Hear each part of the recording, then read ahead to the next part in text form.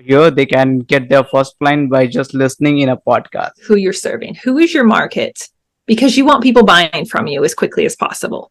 When you can speak directly to them, when you know their pain points, when you know what is going on in their head, and you're saying the words and the things that they're thinking in their head. Hey everyone, you are most welcome to this amazing episode of Rax Riches. And today we have an interesting guest who is going to share with you that how to start your service based business and how to scale it to further making it to $20,000 per month. So dear guest, you are most welcome. Thank you. Thanks for having me on here. I'm excited. Perfect. So even the audience is super excited to know a little of your intro. How did you start your coaching service-based business and how you are helping the people? Yeah. So my name is Alyssa Williamson, and I'm a business and intuitive success coach, but I haven't always been a coach. So this is my second business that I've founded. I've actually had 3 businesses that I ran. And my first business I started out of college was a graphic design and marketing business. And so I ran that for 14 years.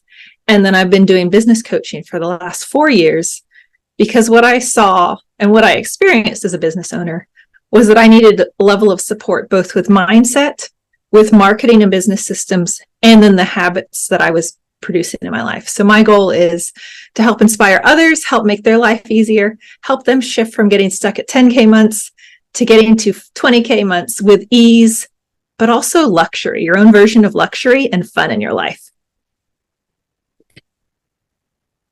Perfect. So that is super interesting since you have already mentioned the mindset into it. So since you have already shared about service-based business, right? So how do people start their service-based business from scratch?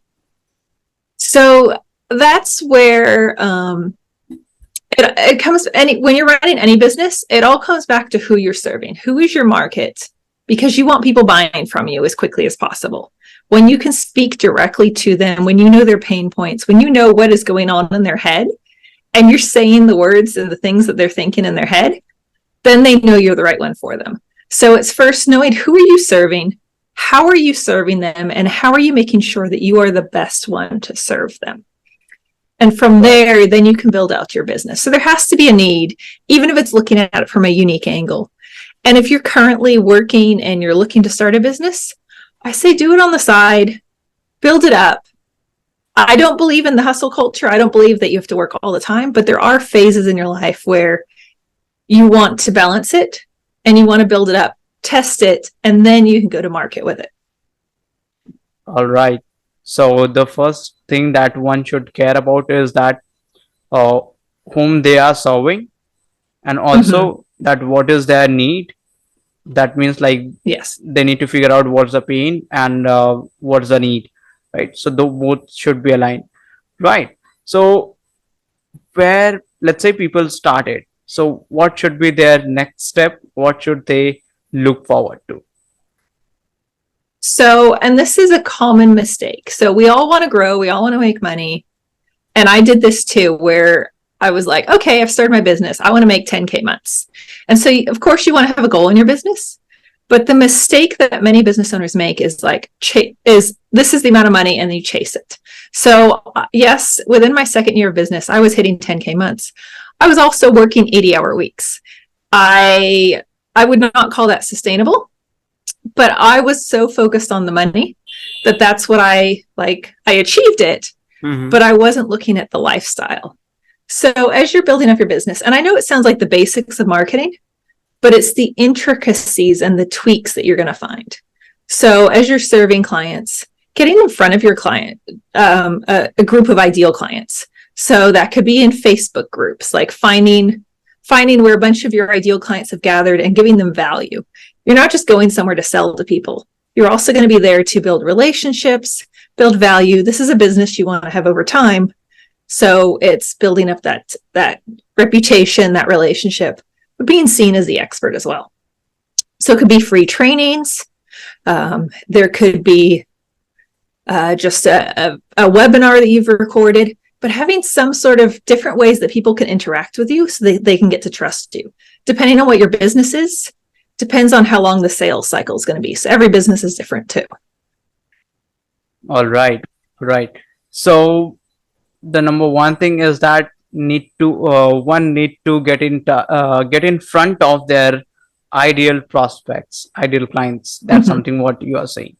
All right. Yeah. So what I see, that people struggle to make it to 10,000 even, right? Mhm. Although you are somebody who is guiding people how to hit consistently 20K a month, right? Mhm. So what is the big challenge for people who aren't able to even make 10,000 a month? And it's almost like there's different levels in business growth. And the person who's making 20K is not the same person who was making 10K. And so you're becoming a different version of yourself every single time. Mm-hmm. And a lot of it comes down to confidence. Mm-hmm. Again, every business is different. So if you've got a lower price product, you're going to have a lot more people. If you've got a higher price product, you have a lot fewer people, but then you have to prove to them that it's the value that they're getting. Mm-hmm. So the real growth is trusting yourself Mm-hmm. as a business owner. There's a lot of confidence that you're Mm-hmm. going to have to learn just from experience. Mm-hmm. The 1-year-old business owner is different from the 5-year-old business owner. They've got a lot more. They just have confidence. They're secure in themselves. They know what they're doing. So Mm-hmm. speeding up that way to confidence faster, knowing that your solution is amazing, tailoring it as fast as you can to whatever it is that your clients need, and then building it up to address what they need. Mm-hmm. Another big one is saying yes to the wrong clients because you need the money. So that's a fear scarcity based mindset of desperation, where you're just chasing people because you need the money. So you're in this dark place. You're not going to attract as many people. Your desperation comes off, but you're also saying yes to all of these clients that may not be a good fit, that otherwise you'd be like, I really don't want to work with them, or it's not really worth my time, but hey, they're going to pay me, so I'm taking it. So again, having the confidence to say no to the wrong clients so that you can accept the right clients and leave space for them and not have your time sucked up. Right. Yeah. Right. So I would like to ask you that how was your experience when you just were getting started and Mhm. you had less customers in your business? So how was your mindset? Did you really think that I should acquire all the clients that I am getting in, or you had your boundaries to work with the clients? Great question. So everything I teach my clients, it's because I've worked through this as well. That's why I say I'm a business coach as well as a mentor, because I've made these mistakes in my business. They're so common for business owners to make. When I first started my business, it was right out of college. So I started building clients through word of mouth, which was a great way. People were referring to me. I learned about networking. So I would drive an hour and a half to networking meetings to meet up with people. I was doing the work, but I was young. So I had a low rate when I first started out. I did all the mistakes too. I accepted pretty much any project because I was like, you know what? I'm learning. I'll see what I like. I see what I don't like. So sometimes there's a benefit. You find out I'm never going to do that project again. I did not enjoy doing XYZ, or, oh my gosh, you know what? I never really thought about that, but I really enjoy it. So there's always a little bit of a balance of sometimes you find out new projects that you didn't know that you enjoyed. And it also is a chance to say, you know what? No, I'm going to put boundaries up. I'm not doing that again. But yes, I made the same mistakes. I was chasing money. I was like, I'll work with anyone who I can. I had some really bad client experiences, and that's how I created my boundaries. I recommend, like, if you're providing a service and you're working with someone, you can be like, what have you tried to do before? What have you done to fix this? I was a web designer. If someone told me that I was the third web designer that they were working with, that would put up red flags this time, because I had that experience. I was her third web designer. She still didn't have a new website. That sort of tells me that something's wrong. So asking more questions in your process as well. The client isn't just choosing you, you're choosing your clients. So finding out, why are they working with you? Notice how they're interacting with you. Are they treating you with respect? Are they wasting your time? If they're wasting your time now, they're probably going to waste your time when they're paying you as well. All right. So, would you like to give people an idea that how should they acquire their first client? What are the things that one needs to say? Like, you would like to give a general or maybe specific answer that one should go ahead with to acquire their first client. Let's say if they are listening to us over here, they can get their first client by just listening in a podcast. Oh, okay. Yeah. So it's broad because it really depends on their business, but let's just go service based. So I'll go for my experience as a web designer. Right. Perfect. Yeah. So my experience as a web designer. So getting that first client, you're gonna have to have a reputation. So I got a lot of my first clients through referrals. Someone else was like, hey, here's the work she's done. So I had a little bit of a portfolio. I had proof of work. I'd actually taken on some freelance projects in college. So I had a little bit of that. It's also being able to address what they want in their project. So say with a website, like, were they wanting new branding? What was the purpose of the website? Being able to address that and tell them that I can help them with that sincerely, authentically. Don't lie to clients. Don't make up stuff. Don't fake it if you really can't do it. But if you believe and know that you can help them, serve from that place of authenticity. So it's going to take, they're probably going to want to see something. It's either going to be a testimonial, a referral, or seeing some of your work, because they have to build some trust and rapport with you too. All right. So the number one thing is to do that, have some people around you and they are going to refer you, or maybe you reach out to them and you ask them that if they can help you to get a client, like just like a referral, they can refer you by showing your work that you have done in the previous or even you have practiced, right? Because you said that you had portfolio because of your college work. What about the people who do not have the portfolio ready? So where they can get it from? Well, and it depends. Do they have how are they getting the experience to provide the service then? You need to at least know what you're doing and have some experience providing the service. So it may be doing some test projects, maybe doing some beta projects. Maybe you're like, hey, I'm just starting my business. I'm looking for some beta clients. You'll get a much cheaper price because this is a new product that I'm offering. So that's another way to do it too, is people know that they're working with a newer designer or whatever, but you're also giving them a discount because of that too. So that's another way to build portfolio while getting paid. Right. And so the thing about having people refer me is I didn't give them incentive. It was more, hey, this is my business. I'm really excited about it. I'm really good at it because I love serving my clients. If you know anyone looking, please tell them about me. So again, it's people want to help each other. So going to your networks, going to your friends, just saying, hey, this is my new business I'm building. If you know anyone is interested, I would love to talk to them. I can give them a free brand audit or a free audit or whatever. Like, just have an initial conversation and make it something easy that they can share. Right. So that is something as like people start their first work and they succeed with that. But again, what happens? People start to realizing that now their second client is difficult, their third client is difficult.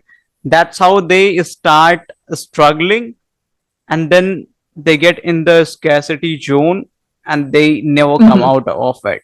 So how do you suggest people to overcome from exact this issue? Yeah, and I actually am in a couple of Facebook groups where I see people talking about that as well.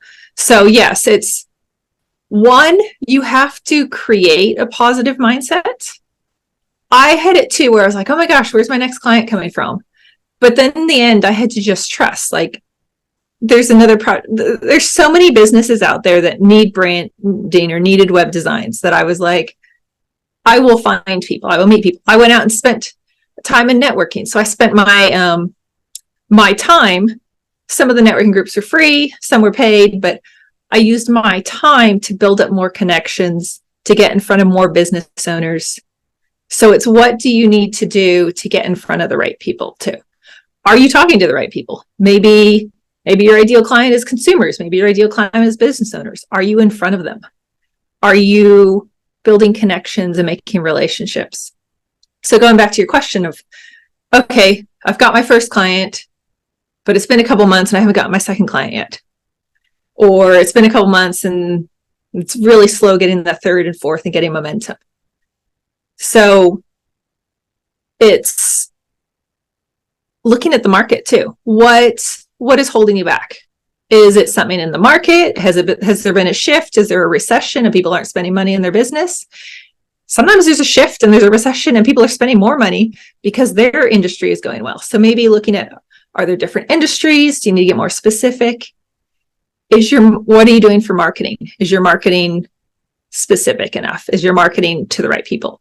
Are you posting over here and really your clients are over here? Like, are you in front of them? So there's so many different aspects. So that's why when I work with clients, like, I have to dive into their business to know what's going on so that I can help create solutions, because every situation is unique. But it's really, how can you get in front of more of the right people? All right. You mentioned one point over here, that diving into their business, right? Mm-hmm. So can you please throw some light on it, that why should people care about this a lot, to diving into the business of the prospect who is out there, how important it is? Oh, and it's so important because it's what's driving them. If someone's got a business and it's not making money, that's a pain point for them.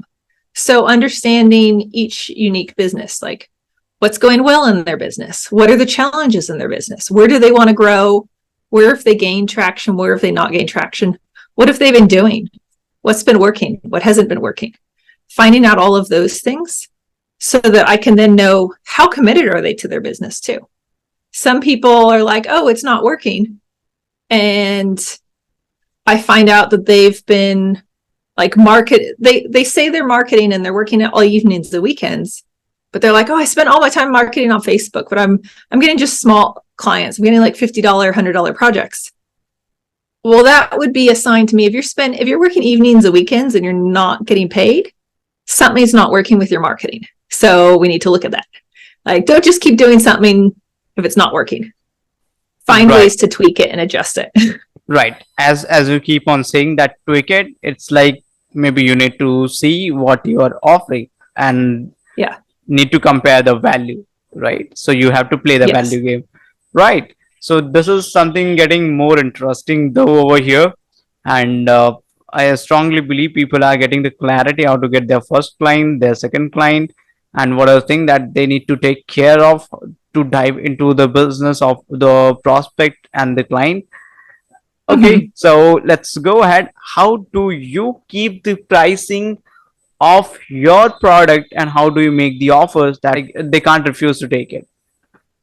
So again, it comes back to knowing exactly what they need. And I know this sounds like a broken record, but the people that are buying from you, people don't like to be sold to, but they love to buy solutions to what they're looking for. If you can make them feel safe and comfortable because your solution is providing what they want, then it's a no-brainer for them. If they know that they're going to get ROI from it, whether it's peace of mind, whether it's new clients, whether it's more sales, whatever it is, when they know that they're going to get the solution, that's how they feel comfortable to buy. And pricing your products or services based on the value that they're providing as well. Like for me, as I've expanded my coaching business, I had a lower level product, because I wanted it to be affordable for people. And then I had to decide, I was like, you know what? I have so much marketing experience. I have so much business experience. I want to be all in on my clients' businesses. I want to give them such a strong level of support that I'm like, that's a different level of package. I can't be giving my full service on a low level package. I have to create a new package for them where they get support from me regularly, where they're getting my feedback all of the time. So pricing it based on what you're delivering to, that value that they're receiving. What is the peace of mind they're getting? How much are you saving them time? Are you saving them money? All of those pieces come into it when you're coming up with that pricing. And it's also the marketing funnel. So with my design business, I built it to the point where when I had sales calls, I wasn't there to convince them to work with me. They were just like, how do I work with you? How do we start? What's the price? Let's get going. Like, it wasn't a sales call anymore. It was a conversation, me finding out their needs, me telling them how much it would cost, and then getting started. All right. So that makes a lot of sense, because when you are in a conversation with your prospect, it feels like that you are no longer selling to them. You are just trying to understand what actually they need and telling them that how much this is going to cost. And since I have told you this is how it works, so you know that I can do it. I have mentioned it. So Yeah. I would like to help you with the same. So I believe this is something what it works. Yeah. And it's coming in. So I talk about with my clients, I'll talk about feminine and masculine energy. And so the pushy salesman, that's a very strong masculine energy. The feminine energy is supportive and creative and helping. And it's having a balance of both. You don't shove yourself down someone's throat, forcing them to buy from you. It's just a, hey, here's how I can help you. Matter of fact, here's the different pieces. When do you want to get started? And if they say no, great. I'm not going to keep pushing them. I want someone who wants to work with me as well. But just having that confidence to be like, here's what you need. Here's how we get started. Here's how much it is. Right, right. So that's something what is also super interesting. Not to push much, right? So now it is sounding a more of, people would be, it's kind of getting the more premium, because this is something what people learn in a premium coaching program, right? Yeah. How to do the sales calls and everything. Damn, that's something crazy. And since we have already shared every damn thing, what is the number one thing I would really like to ask? What is the number one thing people start to keep the exact price of their product? What was the question? It is like, how do people keep the pricing of their product? And how do they decide it, or just how Right. do they maintain it? How do they decide it that this should Part be of the it- price? Yeah, some of it is, it's a mixture of market. What is the market? But don't always base your pricing on the market. If you provide more value, so it's your expertise and your value. What are you delivering? What are the results that the clients get? And then working backwards from there. And actually, that's one of the things I do work with my clients on, is looking at pricing and packaging and recurring revenue versus product based or project based. Is it a one-off project? Or is there a way that you want to create recurring revenue from this service? Is there a way that you can provide value ongoing? How do you provide that value? So it always comes back to the value. What you're selling, what are they receiving? You want to be confident in your price. If you're going into a sales call and you're like, well, I thought I was going to price it X, but I priced it 2X because you know what? I need the money. If you're not confident, you're never going to sell at 2X either. So it's a balance of, where are you comfortable? What can you sell? What are you providing? So there's no one right answer, because it depends on your business and it depends on where you're at. If you're newer, you might price it a little bit lower. You get 5 clients at that price and you're like, you know what? I can raise my price now. Or maybe it's 1 or 2 clients and you're like, you know what? I really don't like working for such a low rate. Now I'm going to raise it. Right. And you don't want to underprice the market too. Right. you mentioned about the market, right? So there are people who are Mhm. charging way more up for the same thing in their business only, right? Let's say if there is a product that is something can be bought at $500, but there are people Mhm. who are charging for it $5,000 and $10,000, right?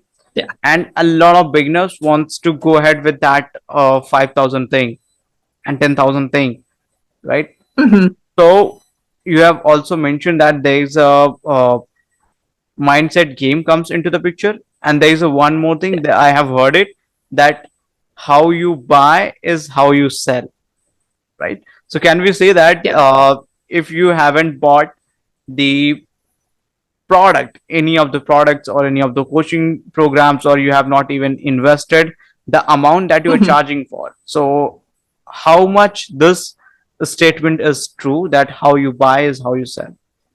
Mhm. Yep. So it's true in the sense of if you've like I've paid for coaching clients through my business while I was a business owner. So I was able to price that in the market. I've also seen it as a designer. I've seen people that offer $50 logos. I've seen people that offer $5,000, $10,000, $50,000 logos. There's a different level of service, but most people, if they see a $50 logo, um, they're going to be like, what's the quality? What am like? I know it's too cheap. It's too good to be true. If it's that cheap, I'm losing out on things. So that's where you don't want to also underprice yourself. Some products, as a designer, I'd never paid anyone else for logo design or web design or marketing because I did it myself. So sometimes it depends on the product, but how do you spend? Do you buy the best level of product or are you buying for the cheapest? And knowing that's where it can relate. Like, how in general do you spend in your life? Do you buy some things at a luxury and other things on a budget? How do you spend? And then you'll get an idea of how different people spend too and value what they're spending at the price points. Right, right. So this is super interesting, and this session has really been so awesome, filled with the golden nuggets. And I strongly believe the people out there, they really enjoyed it, and they have the idea that how they can keep on getting their clients, how not to struggle when they are into the journey of their entrepreneurship and service based industry. And that's how they Mhm. keep their pricing as well. So where people can find you? Definitely. So I love to chat. You can always find me on Instagram. I'm Alyssa Williamson _coach, or on my website, alyssawilliamson.com. I actually have 2 free guides. I have a free guide and a free training on 3 simple secrets to 25K months if you're ready to get into that level. And you can always reach out, send me a message, and I offer a business breakthrough call for those who are ready to take that next step in their business. Right. Perfect. So that sounds super interesting. People, do not miss the chance to connect with her. Please go and check out what are the thing that she has to share with you, because so far you have learned the things over here has really been super interesting and amazing. So I strongly believe, and I can even recommend that you go check out and learn from her directly, right? So thank you so much to the audience who has been listening to us over here. You keep on coming, you keep on learning over here from the podcast like this, and you keep on educating yourself. And thank you so much to the guest as well. Thank you, Alyssa, that you invested your precious time over here to guide the entrepreneurs out there who are just getting started and who are into their business, right? So thank you so much, and I'm really grateful to you. Thank you. Thanks so much for having me. Perfect.